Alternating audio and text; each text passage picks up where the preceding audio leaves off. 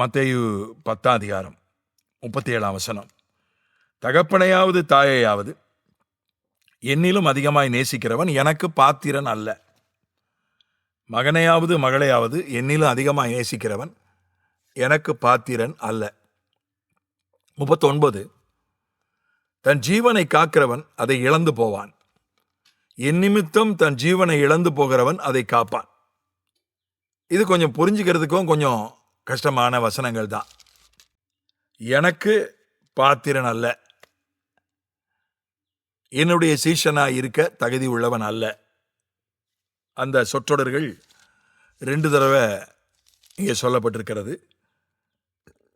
தகப்பனையாவது தாயாவது அதிகமாய் நேசிக்கிறவன், என்னை விட அதிகமாய் நேசிக்கிறவன்.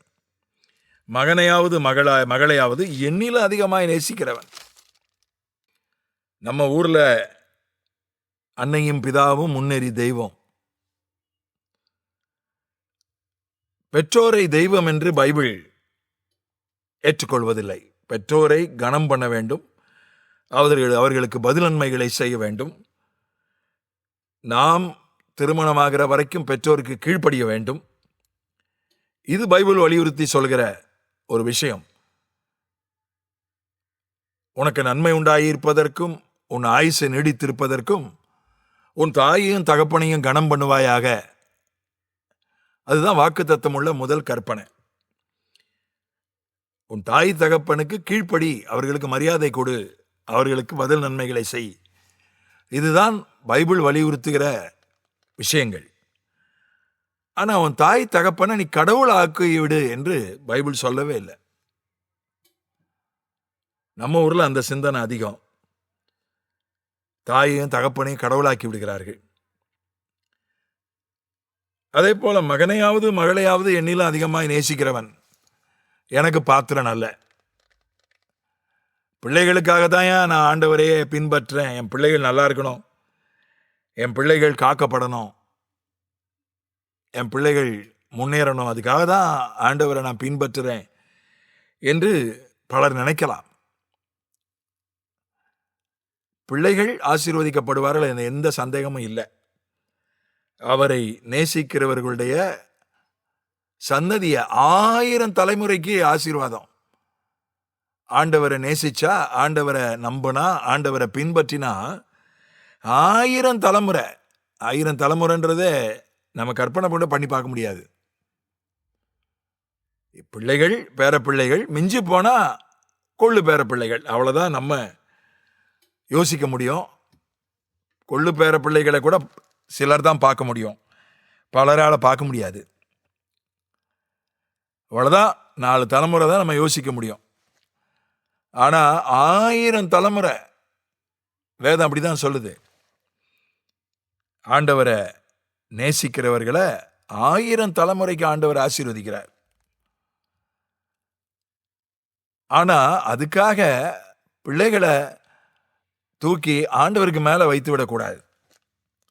சிலருக்கு பிள்ளைகள் தான் கடவுள். பிள்ளைகள் சொல்லிட்டா என்ன சொன்னாலும் கேட்பாங்க. பிள்ளைகளுக்காக என்ன வேணா செய்வாங்க. பிள்ளைகள் ஆசைப்படுறாங்க, பிள்ளைகள் ஆசைப்படுறாங்க, பிள்ளைகள் ஆசைப்படுறாங்கன்னு அவங்க என்ன வேணா பேசுவாங்க, என்ன வேணா செய்வாங்க. ஆனால் ஆண்டவர் சொல்றாரு, உன் பிள்ளைகளை நீ நேசிக்கணும், ஆனா என்ன நேசிக்கிற விட அதிகமா உன் பிள்ளைகளை நேசித்து விடாதே. ஆபிரகாம் அதனால தானே அவன் ஆசீர்வதிக்கப்பட்டான். தன்னுடைய ஒரே பேரான குமாரனை கொண்டு போய் ஆண்டவர் பலியிட சொன்னார் என்பதற்காக பலிபீடத்தின் மேல படுக்க வச்சு, கயிறால விறகின் மேல படுக்க வச்சு கயிறு போட்டு கெட்டிட்டான். கத்தியை எடுத்துட்டு ஓங்கிட்டான், வெட்டுறதுக்கு ஓங்கிட்டான். அப்பதான் ஆண்டவர் வந்து தடுக்கிறார். இப்போ நீ நிரூபித்து விட்டாய் ஆபிரகாம், தூதர்களுக்கும் பிசாசுக்கும் பிசாசின் தூதர்களுக்கும் நீ நிரூபித்து விட்டாய். நீ உனக்கு ஒரு சட்டபூர்வமான வாரிசு வேண்டும் என்பதற்காக என் பின்னால வரல, என்னை நேசித்தபடியால் என் பின்னால வந்த. உன்னுடைய ஒரே வாரிசையும் எனக்காக இழப்பதற்கு நீ ஆயத்தம் என்று நீ நிரூபித்து விட்டாய். ஆகவே உனக்கு ஆசீர்வாதம் என்று ஆண்டவர் சொன்னார். அதுதான். அதுக்காக என்ன ஈசாக்கு ஆண்டவர் தெருவில் விட்டுட்டாரா? இல்லை. ஈசாக்குக்குள் பூமியின் வம்சங்கள் எல்லாம் ஆசீர்வதிக்கப்பட்டது. ஈசாக்கு இயேசு கிறிஸ்துக்கு அடையாளமாக இருக்கிறான். அதனால ஆண்டவரை பிள்ளைகளை விட அதிக நேசிக்கிறதுனால நம்ம பிள்ளைகளுக்கு ஒரு குறைவும் வந்து விடாது. பிள்ளைகள் ஆசீர்வதிக்கப்படுவார்கள், பிள்ளைகள் உயர்த்தப்படுவார்கள். என்னுடைய மகனுக்கு சமீபத்தில் திருமணம் நடந்தது. திருநெல்வேலி மாவட்டத்தில் ஒரு கிராமத்தில் திருமணம் நடந்தது. அந்த பெண்ணினுடைய சபையினுடைய போதகர்,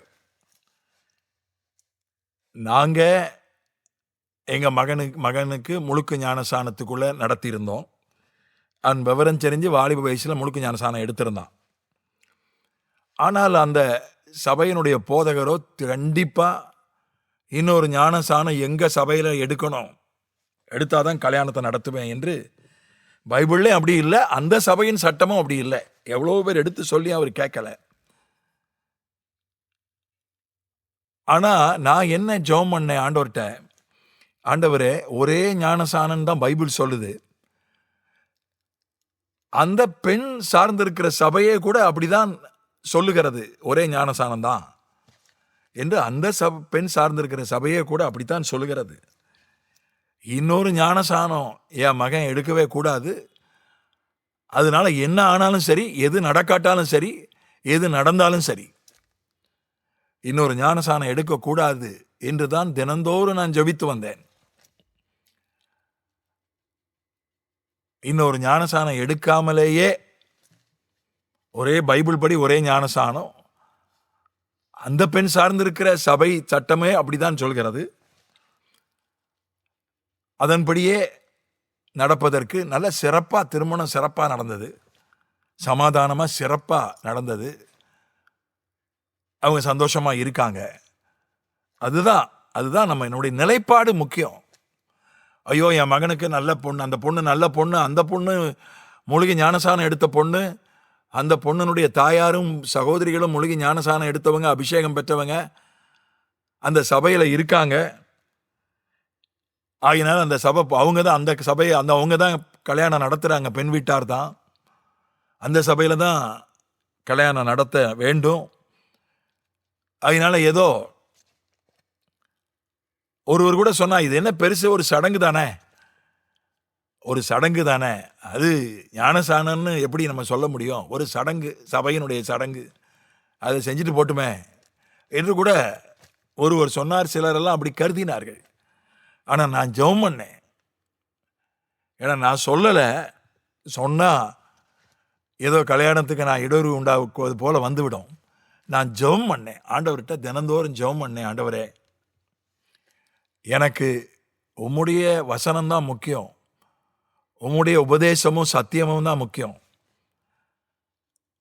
என்னுடைய மகனுடைய திருமணத்தை விட உம்முடைய சத்தியம்தான் எனக்கு முக்கியம்னு நான் ஜெபம் பண்ணேன், வெளியே சொல்லலை. அதே போல கர்த்தர் ஆச்சரியமாய் அதிசயமாய் செய்து கொடுத்தார்.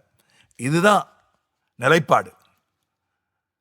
அப்படி செஞ்சதுனால ஒன்றும் குறைஞ்சு போகலை, ஆசீர்வாதம் தான். திருமணமும் ஆசீர்வதிக்கப்பட்டது, பிள்ளைகளும் ஆசீர்வதிக்கப்பட்டார்கள். கர்த்தருக்கு முக்கியத்துவம் கொடுக்கிறது, கர்த்தரை முதல்ல வைக்கிறது. உயிரை விட 39ஆம் வசனம் சொல்லுகிறது, உயிரை விட. உயிர் தான் நீ பெருசு நினைச்சா உயிருக்கு பாதுகாப்பு இருக்காது. ஆண்டவர் தான் எனக்கு பெருசு, என் உயிரை கூட ஆண்டவருக்காக கொடுப்பேன் என்று நீ நின்றால் உன் உயிர் பாதுகாக்கப்படும் என்று கர்த்தர் சொன்னார். கர்த்தருக்கு ஸ்தோத்திரம். அதனால உயிரை விட, உறவுகளை விட ஆண்டவரை மேலே தூக்கி வைத்தால் உயிரும் காக்கப்படும், உறவுகளும் ஆசீர்வதிக்கப்படுவார்கள். ஆமென்.